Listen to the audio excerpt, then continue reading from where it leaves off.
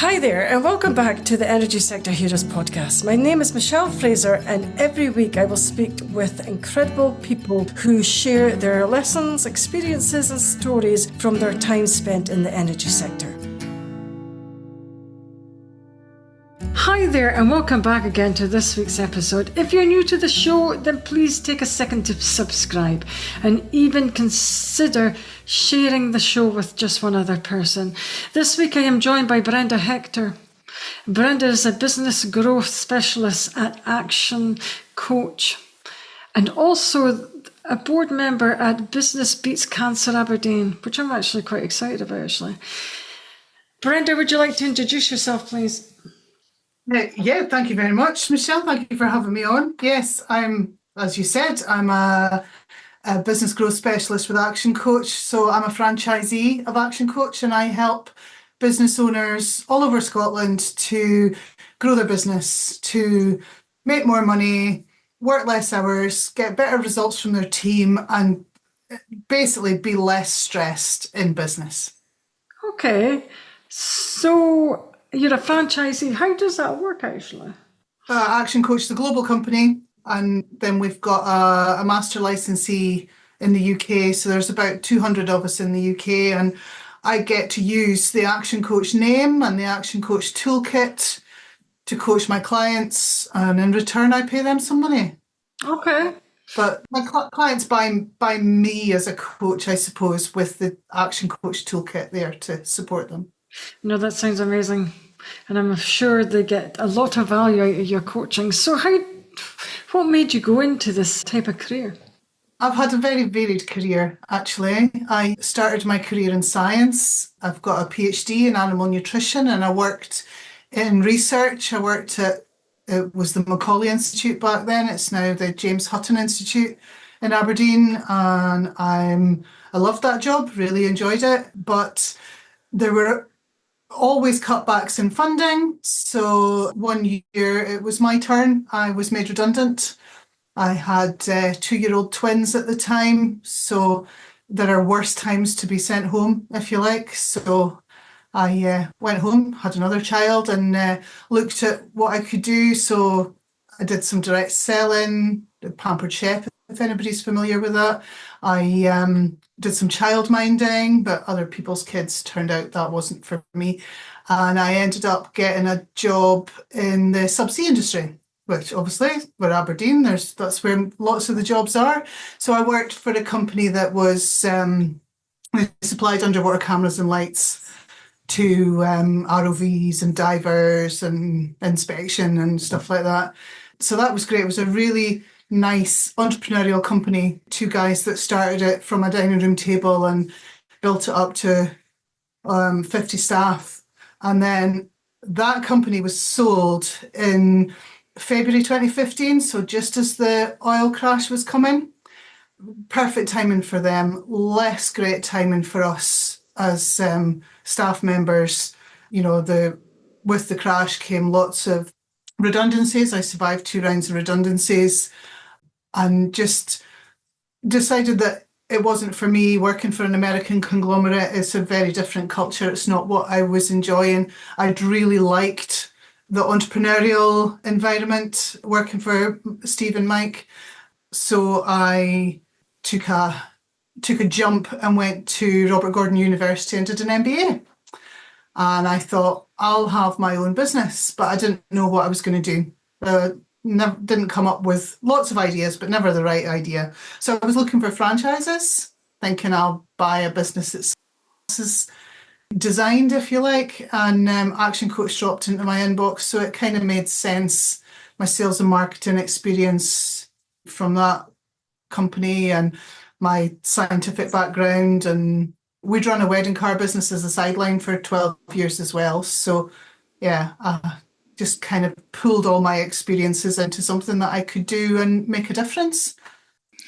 Okay, sounds like you've had a really interesting career background. So what has been your highlight then in your career? My highlight, there's probably a highlight at every stage. You know, getting my PhD, that's a lot of hard work, and not a lot of people get to the point of getting a PhD. So that was a a highlight. But then getting somebody recognizing in me that potential that I could go from that scientific career to being useful in a business career. So the boss that saw that in me and gave me a job in business, that was great. And to do something completely new, that was quite a high there as well. Getting the MBA, and I got an award last week. So that's probably my most recent high. I was nominated and I won Customer Excellence Award last week. So That's excellent. So when have you got the award just now, or do you have to pick it up? no, I got it there and then at the conference I was at. So I have it here. Yeah. No, that's excellent. That's excellent. So what has been your low points in your career? Low points. Yeah, redundancy was really low. It just gives you a feeling of, I mean, you'll have spoken to lots of people from the energy industry that have been made redundant. I found it quite soul destroying. It took a long time to pick myself up from that. I mean, even though I'm usually quite a positive person, it just kind of that feeling just hung around for a long time, I think. Yeah, dealing with redundancy, it's really difficult. I've been through it. Well, not so much been through it. I've been, obviously, contracts come to an end and you're out of work then, which would almost be the same sort of things. But it is really difficult if you're maybe at a long-term job and then all of a sudden it's not there. How do you even survive that? Well, we do, don't we? It's not actually the worst thing that could happen. You know, there are worse things, but than redundancy. And like I said, lots of people have been there. I think what doesn't kill you makes you stronger. So when it came to my colleagues were being made redundant in 2015, you know, and my husband was having to make decisions about people being made redundant, knowing that you come out the other side was easier to help them or to support them, I think, to an extent. Okay. It makes you resilient, doesn't it? And gets you thinking out of the box and thinking about what could you do and being able to pivot your career. Yeah, it's not like I just waited for another job the same. I went and did something completely different. So yeah. Do you think that being made redundant helps that? If you've maybe been needing a push to maybe start something new that you've always wanted to do, that's when you take the leap of faith. Because not a lot of people would take the leap of faith to try something new if they're in a full-time staff job. It is quite difficult. Sometimes it's too comfortable, isn't it? So I talk to lots of business owners, and I've got a podcast as well. I interview people that are in business about their story. And actually, redundancy is one of the things that are really common things that is part of the push that people, or the jump that people took to start in their own business.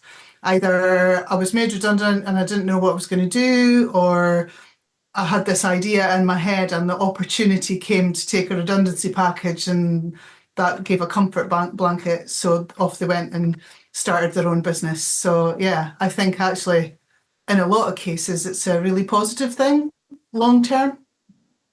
I think so too, actually.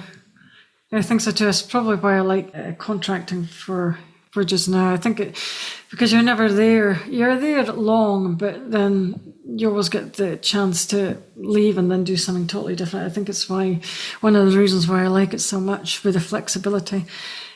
Because I've always wanted to do my PhD, but I've never, it's always been a thought in the back of my mind. Is it really difficult to do one? Well, when I did it, I did my degree, came straight out of my degree into the master's, straight out of my master's and into a PhD. And it was always, well, I'll apply for jobs and I'll apply for more education and just take what I'm offered sort of thing. So, you know, what was I? 22, 23, with no ties, no commitments, no no kids or nothing else to get in the way. So yeah, it probably was hard work, but there was just, I didn't have anything else to worry about. When I did my MBA in my 40s, that's different, with a husband and a house and three kids. That it was that's probably harder, having more things to juggle. Okay. But I love learning. So the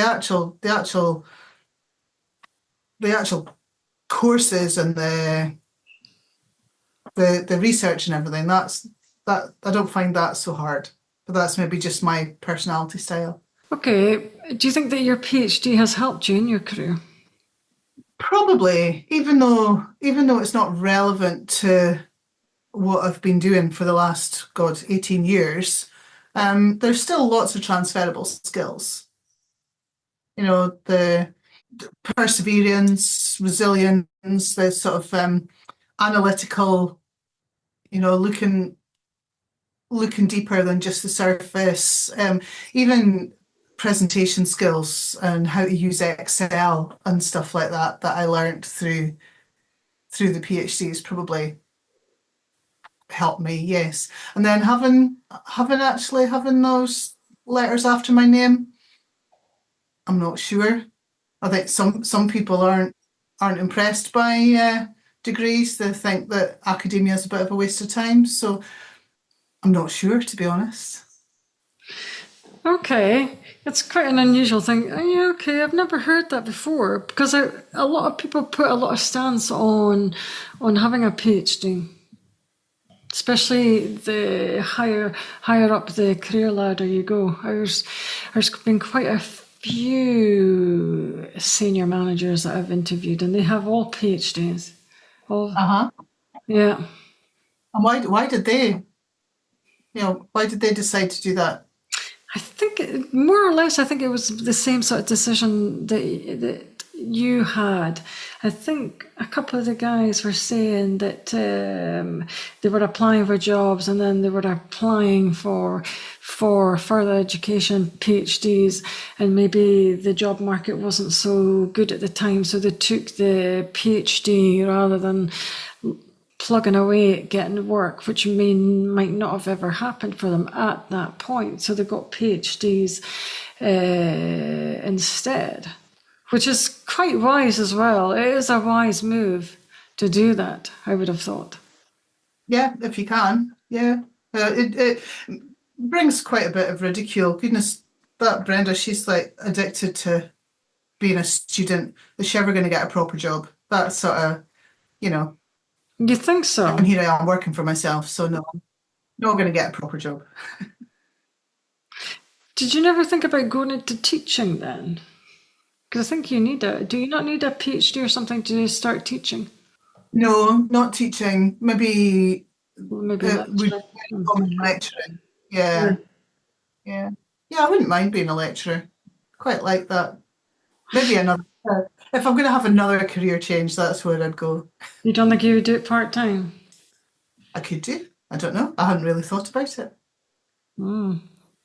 Yep. So, did you have any mentors during your career? Yes, yes.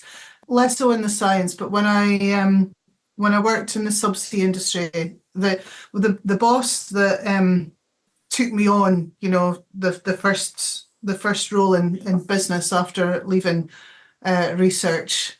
I consider him as a mentor, but there was also a colleague that we had there. He'd been in sales for years, and his name was Chris. He was a lovely guy, and he he was a great mentor for me as well. Yeah, a great support in what was sometimes, when there's tough times in your job, it's great to have somebody that understands and can pick you up a bit. And then within Action Coach, since I've joined Action Coach, like the last 6 years, I've always had at least one coach coaching me in my business. So I the support that you can get from other people is just amazing. I recommend anybody to get a mentor and have somebody that you can just bounce ideas off or have a moan to, and get, I've got this problem, what do you think? And can give you some advice. Yeah, I think mentors are really important. What is the most important thing that they've taught you? Or the most important takeaway that that you used still today? What have they all given me? They probably contributed to my self-belief. I think would help me to believe that I can achieve the things that I've achieved. I think that's a really important message, because I think everybody, even other people that I've spoken to, we all, including myself, we all suffer the same self-belief. Oh, and imposter syndrome. Yeah, I think I've suffered a lot from imposter syndrome, but I'm getting better at managing it, I hope. Sometimes it feels like a lot of people would like to pull you back or hold you, the tall poppy syndrome. Yeah.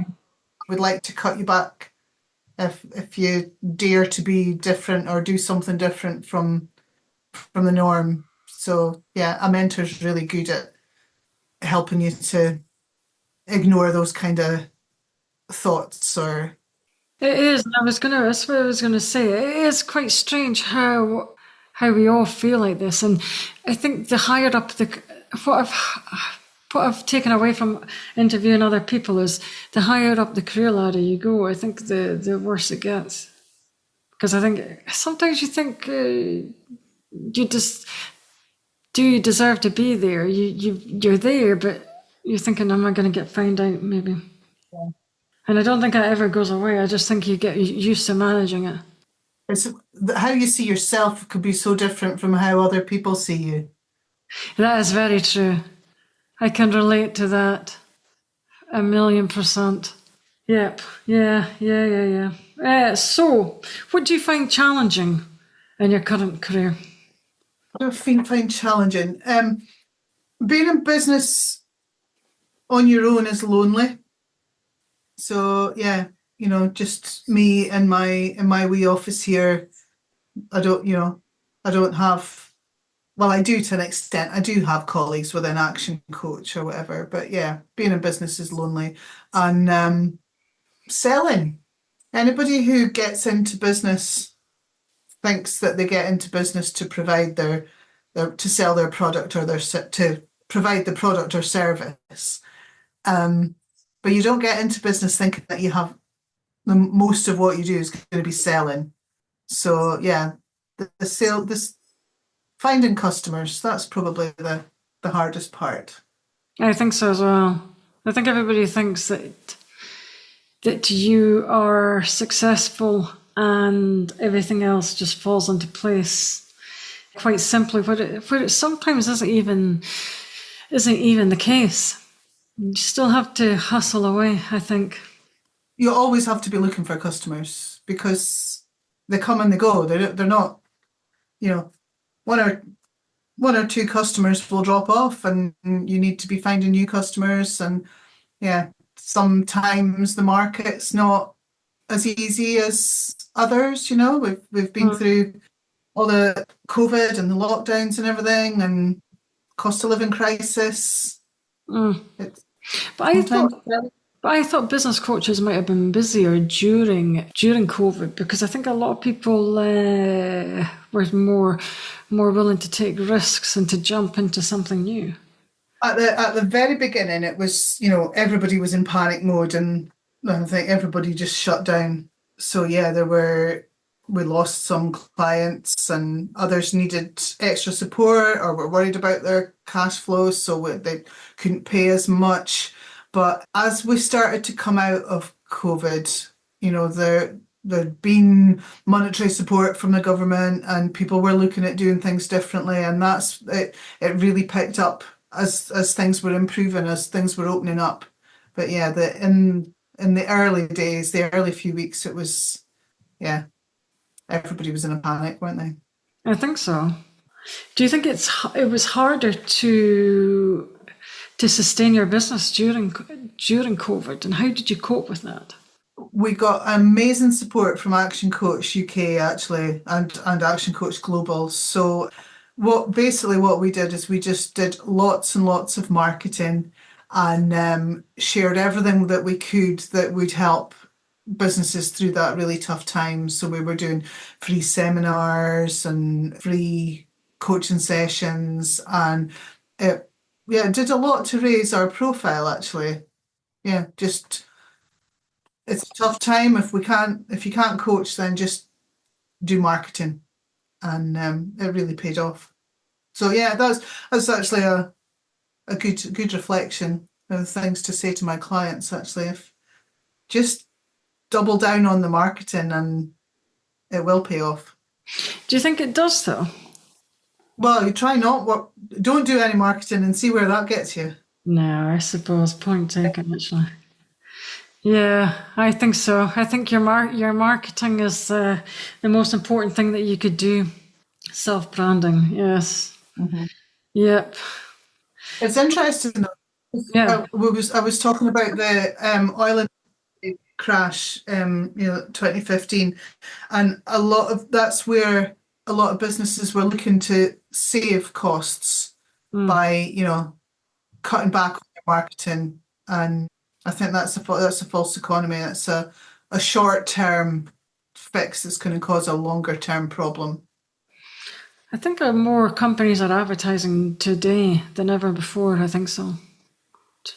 It's such a crowded marketplace, though. When you've got social media and everything, there's so many places that we as consumers see marketing that you have to do a lot to be seen in that crowded place. I think, yeah, I suppose you do, because you can't just put out, you can't do the same marketing as you probably did maybe about 10 years ago. I think it would be more competitive nowadays to stand out. And for a lot of people of maybe our age, it's hard to comprehend what you need to do because the technology and the platforms are they're still young, really. It's quite new to us compared to my kids. That's all they've ever known. I do think so.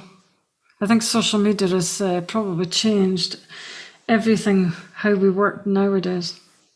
And I think you need to either get with it or, yeah, get left behind. Yeah, absolutely. Yeah. So do you think that you need, for a younger audience, do you think that you need to have quite a lot of experience to go into coaching, or is it something that you could learn and develop as you're going forward? So, well, there are lots of coaches these days. There are lots more people calling themselves a coach in lots of different areas of coaching. So, yeah, I think anybody could be a coach. Whether they could be a good coach or not, that's a different question. I don't know. Do you think Yeah, do you think you can learn to be a coach, or do you think it just should come naturally? I think you can definitely learn to improve your coaching skills. There's plenty out there, plenty of opportunity to learn more and become better at it. I'm working on my coaching ability every week. Yes, so I think anybody can learn to do anything if they've got an open mindset. I think so too, actually. I do think so too. So, is there anything that you still want to achieve in your career then? Yes, I want to get into the top 100 action coaches globally. What else do I want to achieve? I want to see some of my clients winning awards. So Action Coach have got a conference every year. They run a conference called BizX, where there's hundreds of Action Coach clients come together, learn from some amazing speakers, and we have a big awards dinner. So I had a client that was shortlisted for 2 awards last year, but she didn't win either of them. So I want to see my clients being recognised for the achievements and their development and the growth of their businesses. So that would be awesome to see them achieve that. There's always new things I want to achieve.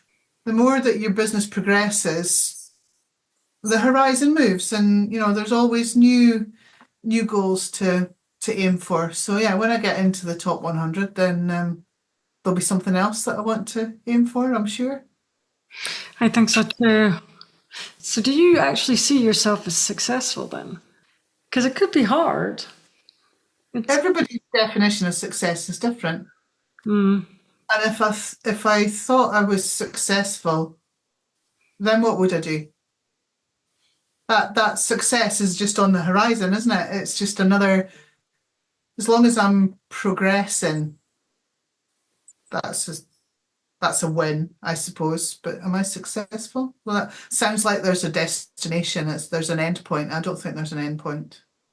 do you not think that there is an end point? Do you think that once you reach your goals, that is it? Or do you think that once you reach your goals, you then set more goals? So you're always Just set chasing more some, goals. once you reach your goals, you always set more goals. Yeah, And then it's a never ending journey that you never complete. absolutely. Yeah. When I was 23, 24, the only goal I could see was finishing my PhD. Mm. And then I got married, and then I had kids, and then I had a bigger house, and then another job, or yeah, a bigger client base, or working with bigger clients, or yeah, winning an award, or getting into the top. Yeah, there's always something more coming. And Always what the next one will be till I and get. and I think that keeps everything interesting and exciting in our lives, though, Yeah, because you're never really done. Even though if we're working towards a particular goal, once we've reached that, that's not really the end. You then just think about where you want to move to next. yeah, it's just a milestone. Yep, I agree. I do agree. So, have you got any advice to younger audiences starting out in their career? Yeah, so I'm a bit of a champion for entrepreneurship, specifically women in entrepreneurship. Only 1 in 3 entrepreneurs in the UK are female, and men are 5 times more likely than women to scale their business up to over 1 million in turnover. And if we did start and scale our businesses to the same extent as men, it would add 250 billion to the UK economy. So, having just had quite a tough budget announced last week, I think 250 billion would be very welcome in our poor little country. So, I'd like young people to see that there's other options than just the linear career that takes you just to through school to uni to a job and to just a promotion and a job and a job. That actually they can go and start their own business, because the potential in having a business is so much more than in having a job. You can have so much more impact on on you can be hiring staff, paying salaries, paying taxes, making a much bigger impact to the world than in a single role in a organization. So yeah, that's what my message is, I think. Okay, and a very good message that is as well. So, maybe just one final question. If you can go back in time, would you change anything? Would I change anything? If I could go back in time, I'd probably not be so miserable when I was made redundant. But actually, everything else in my career is all things that's brought me to where I am now. So yeah, well, I might have had my own business sooner. I might have taken that leap earlier. But other than that, I don't think so. Excellent, excellent. It's nice to see that you have been happy in all your choices that you've made. Oh, not every day. There are plenty of times where you go, oh, I wish yeah, I wish I didn't have to go in today, or I wish I was somewhere else. But if I've been miserable in a job, then I've moved on to something else.